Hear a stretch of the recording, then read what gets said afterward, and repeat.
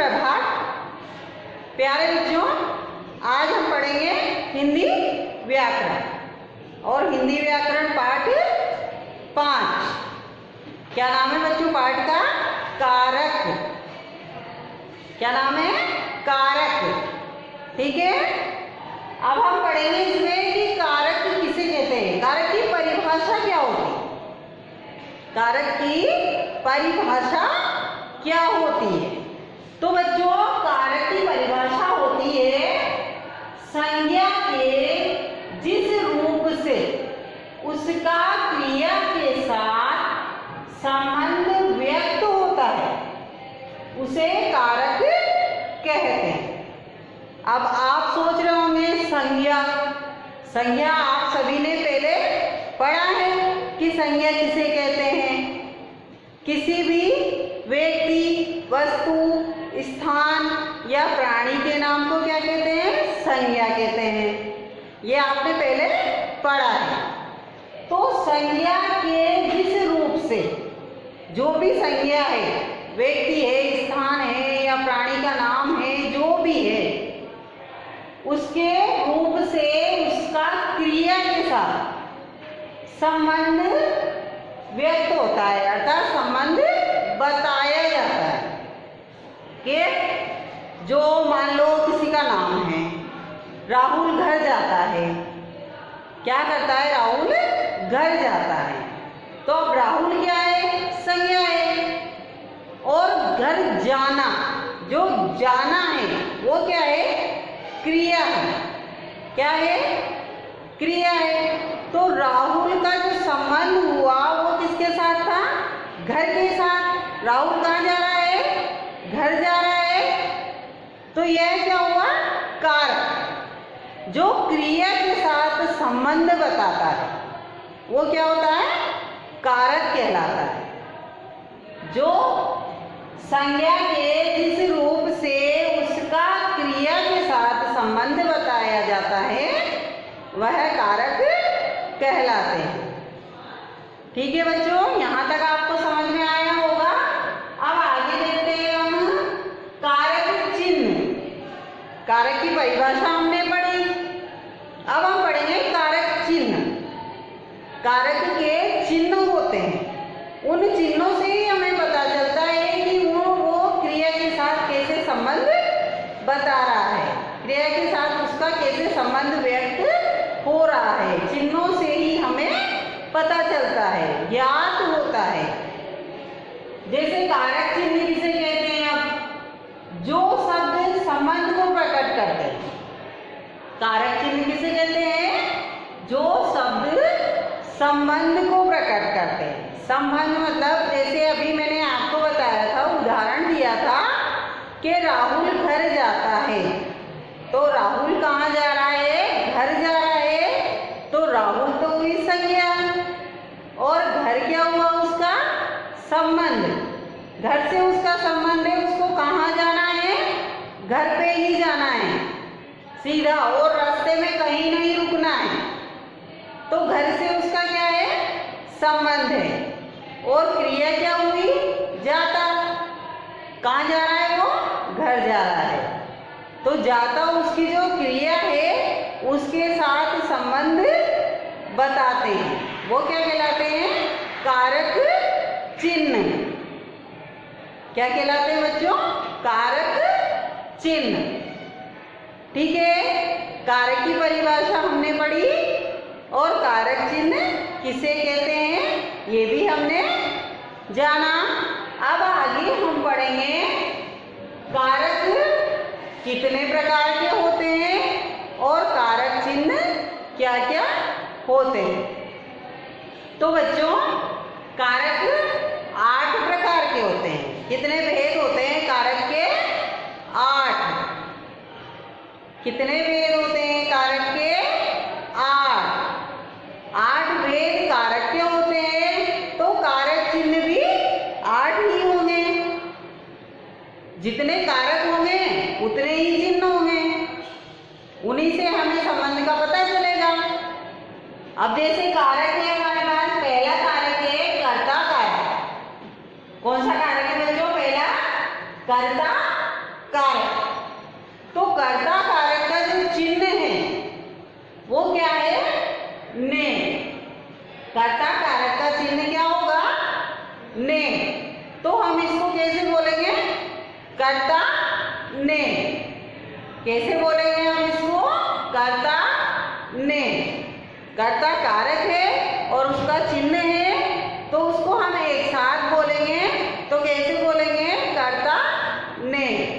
पहली विभक्ति हुई हमारी, पहला जो कारक है वो क्या है? कर्ता कारक है और उसका चिन्ह है ने। ठीक है।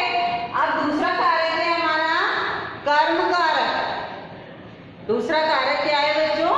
कर्म कारक। और कर्म कारक का जो चिन्ह है वो क्या है? को। क्या चिन्ह है कर्म कारक का? को।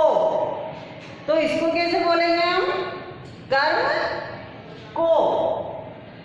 ठीक है। पहला हमने बोला कर्ता ने, दूसरा हम बोलेंगे कर्म को। तीसरा है हमारा करण कारक। तीसरा कौन सा कारक है हमारा? करण कारक। तो इसका चिन्ह क्या होगा?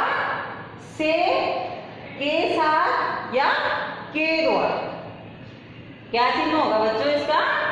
से, के साथ और के द्वारा। अर्थात इसमें जो शब्द प्रयोग में आएंगे, हमारे काम में आएंगे, हमें देखने को मिलेंगे वाक्य में, वो क्या होंगे? या तो से होगा या के साथ होगा या के द्वारा होगा। जैसे हम लाइन पढ़ेंगे तो उसमें हमें ये शब्द देखने को मिलेंगे, तो हम कह देंगे कि ये तो करण कारक है। ऐसे इनकी पहचान होती है। फिर नंबर 4 है संप्रदान कारक। नंबर 4 संप्रदान कारक। तो इसका चिन्ह क्या होगा? के लिए। इसके वाक्य में हमें क्या शब्द मिलेगा?